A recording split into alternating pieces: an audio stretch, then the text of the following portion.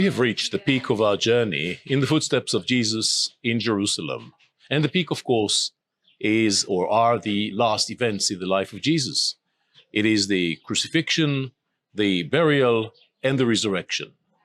Now, the Gospels tell us quite a lot about the final events in the life of Jesus. But the main question, of course, remains, can we today come and actually identify the place where Jesus was buried? There are traditions regarding this, and the main tradition is the one about the Holy Sepulchre Church. But it's not the only tradition. There's another one, an alternative, which was suggested in the 19th century. And we will deal with these traditions shortly. Meanwhile, let's examine the actual story in the Gospels. Remember, Jesus was a Jew, and as a rule, Jews are not buried inside the walls of the city. We know that because this is the ancient Jewish law. It is quoted by the rabbis hundreds of years after the time of Jesus, and they insist that no one is to be buried inside the walls except for two. Two people, or two groups of people, were indeed buried within the walls. One, the kings of the dynasty of David. They were buried within the walls of Jerusalem, according to the Bible. And there's another figure. It's a woman. Her name is Huldah, and she was a prophetess at the end of the First Temple period. Both of them, the prophetess and the kings, were buried within the walls of Jerusalem. Now, there's a problem here, as you may understand, because according to Jewish law, the body of a Jew is impure, and you cannot leave impurity of such degree inside the city. Therefore, you have to bury the deceased outside. So if the kings of the Davidic dynasty and Huldah the prophetess were buried in Jerusalem, according to the sages, how did they get rid of the impurity? And the rabbis answer that precise question, and they say that there was a tunnel, in the case of the tombs of the Davidic dynasty, a tunnel that led from the tombs outside into the Kidron Valley, taking the impurity with it. It's a kind of a theological drainage, if you like.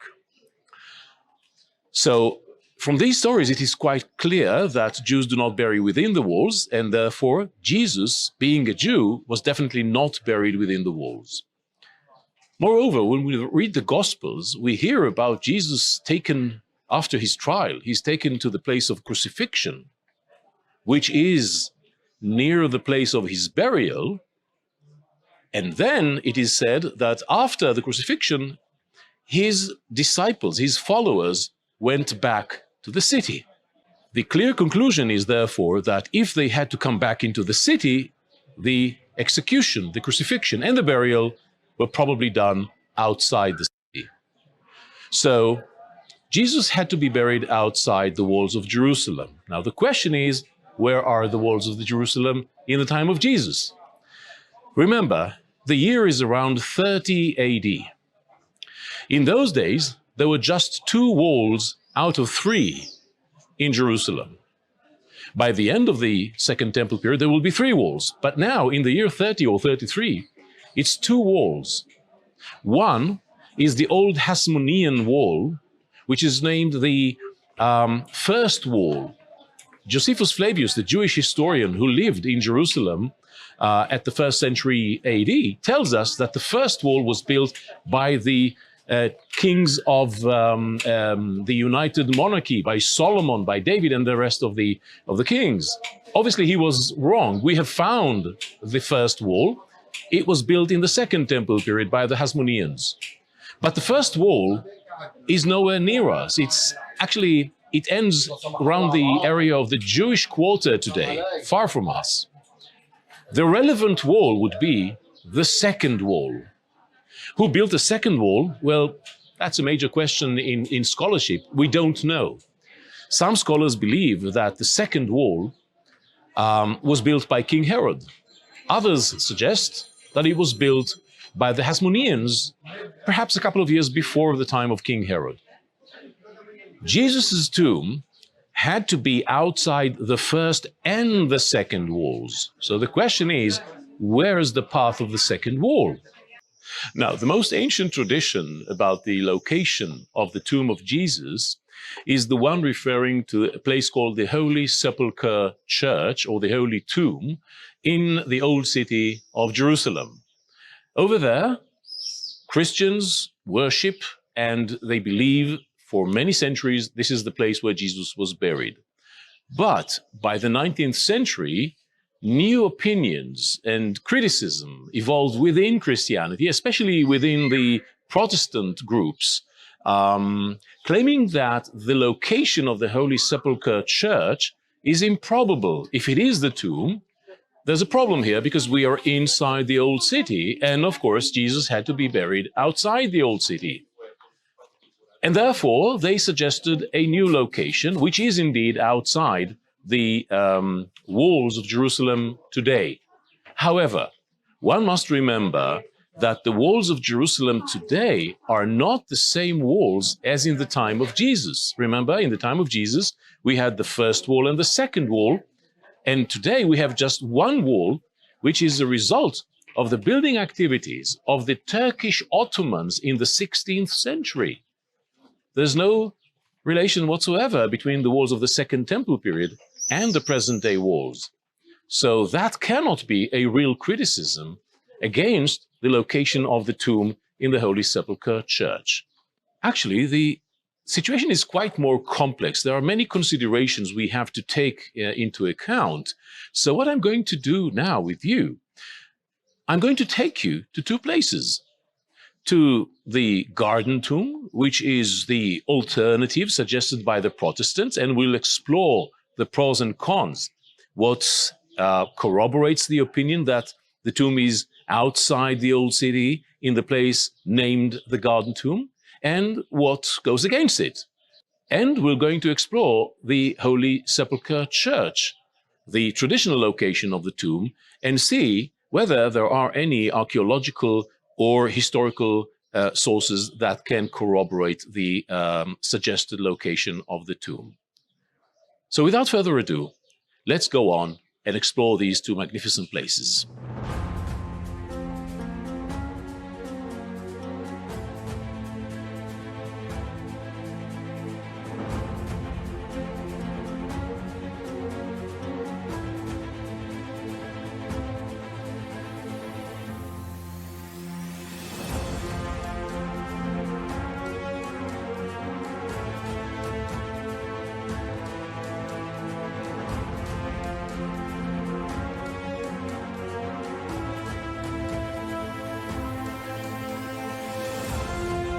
For many hundreds of years, all Christians believed that the place of the crucifixion, burial, and resurrection of Jesus should be identified at the place that we call today the Holy Sepulchre Church. And indeed, in the year 335, Emperor Constantine the Great and his mother Helena decided to build a huge church, the Holy Sepulchre Church, dedicated to the site.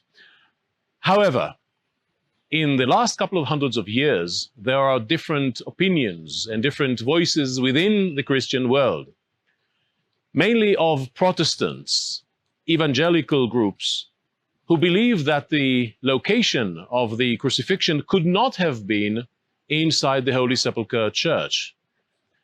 It started in the 19th century when scholars re-examined the question of the crucifixion. Now, they knew that the crucifixion and the burial took place in Jerusalem, and they also knew that, according to the Jewish law, it must have been outside the walls. And when they looked at the walls of Jerusalem, at the Holy Sepulchre Church, they couldn't miss the simple fact that the Holy Sepulchre Church is inside the walls. And the walls look very old. So their conclusion was that it is the wrong location. If the Holy Sepulchre Church is inside the walls, therefore there's no way Jesus was buried there. We now know that this consideration is not actually accurate. In fact, the walls that we see today, go back to the Ottoman period, the Turkish period. It's only 400 years old. Yes, in places they stand on remains of walls that are much earlier. For instance, here in the northern part of Jerusalem, the walls that we see next to, say, Damascus Gate are actually standing on remains of walls from the late Roman period. But that doesn't indicate anything as to the whereabouts, the path, the route of the walls in the time of Jesus. And therefore, this consideration should be ignored. The other consideration was a positive one. The Protestants in the 19th century said that the location of the crucifixion should have been next to a main road. And right where we are now, north of Damascus Gate, not far from the famous gate of Jerusalem in the northern side, there is a main road. Actually, there are several roads, but the main road is Damascus Road, which goes to the north, to the region of Mesopotamia, Syria, Mesopotamia. So obviously, it's a good candidate. But that was not enough. There are other roads in Jerusalem. Why here? Well, in 1883, a British general named Gordon spent a year in Jerusalem. He was on leave. He spent a year here exploring. He was a devout Christian, a Protestant, Anglican. He was exploring everything he could about the time of Jesus. And one day he was standing right over there on the wall, looking to this area, north of the northern wall. And to his great astonishment, he noticed a very peculiar feature in the bedrock right behind my back.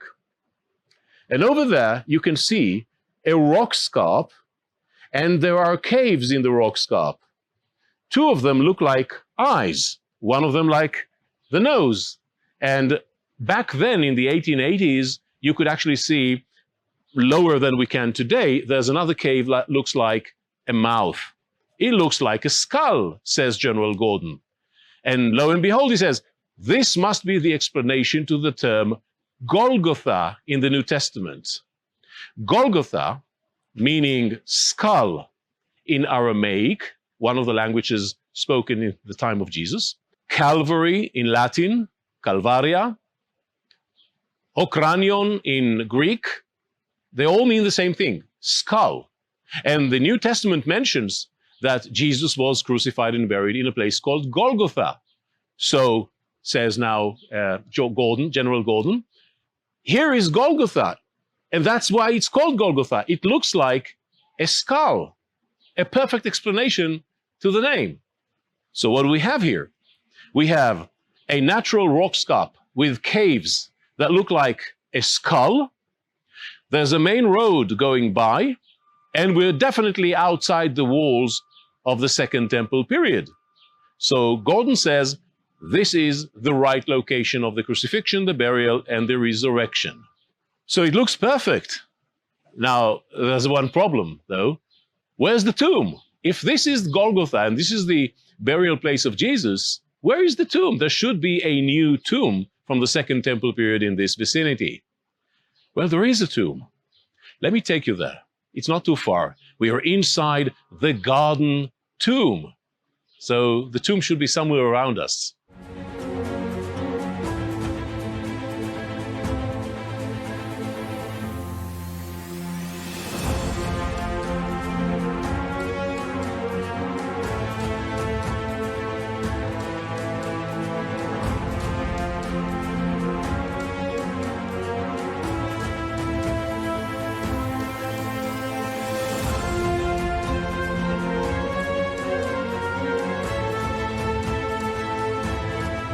So here we are. There is a grave. Look over there. You can see an opening to an ancient tomb. It is indeed a tomb. We know that for certain. Nowadays, we know enough about burial in antiquity in this country, so it's definitely a tomb. But the question is whether this is a tomb from the Second Temple period. Is it from the time of Jesus? Back in the 60s already, when it was explored, archaeologists did claim that this tomb is indeed from the time of Jesus. It is from the Second Temple period, because it seems like there are several typical features of a Jewish tomb from the time of Jesus. For instance, in front of the entrance, there's a trench. And that trench could be a trench for a rolling stone. In antiquity, once the body was inserted into the tomb, they would roll a large stone and block the entrance so that animals don't go in. So it looks like we have a rolling stone, there's a nice trench, it looks like a typical Second Temple period tomb. Everything looks fine, except that today archaeologists interpret the finds differently. The trench is actually a trough for horses, which was quarried here in the medieval time, probably in the Crusader period. The rolling stone, or the broken piece of rolling stone, was never found here. It was brought here from somewhere else. And the tomb inside, once you look at the design, doesn't really look like a typical tomb of the Second Temple period. It is actually a tomb from the First Temple period, hundreds of years, perhaps 700 or 800 years before the time of the crucifixion. Moreover, when you examine an archaeological artifact, you have to examine it, you have to analyze it in context. And the context here is, what do we find in the vicinity? And in the close vicinity of this tomb, there are more tombs. Actually, 2 of them are right behind the wall behind me. And all of these tombs are dating from the First Temple period and not the Second Temple period. We're in the necropolis, the city of the dead, of the First Temple period. It's too early. So it isn't a tomb from the Second Temple period. But perhaps you'd like to suggest that maybe, even though it is an old tomb from the First Temple period, maybe it was reused in the time of Jesus, and therefore maybe he was entombed in this tomb. Unfortunately, it contradicts the New Testament. The New Testament clearly says that Jesus was buried in a new tomb, and therefore it can't be here. It is an ancient tomb. So what's the value of the site known as the Garden Tomb, or also Gordon's tomb, because Gordon, as you recall, was the first to suggest that this is the place of the tomb? Do we disregard it as a fictitious location, as a new tradition from the 19th century without any theological value? One may do so, but I'd like you to note the simple fact that sometimes these sites have a value, even though historically they're not authentic. Yes, indeed, this tomb is from the First Temple period, not from the time of Jesus. But look around you. We're inside a garden. We're next to a main road, therefore a place where crucifixions may have taken place in the time of Jesus. Maybe not his crucifixion, but other people's crucifixion. We are in a place where there's a tomb, a burial place. It's a Jewish burial place. So all that comes to one thing. Even though Jesus was probably not buried here and he wasn't crucified here, yet this site is the closest as we can get to the atmosphere, the authentic atmosphere of the time of Jesus. The garden, the bustling road, tombs. It gives us the atmosphere, it gives us the feel of the story from the Gospels.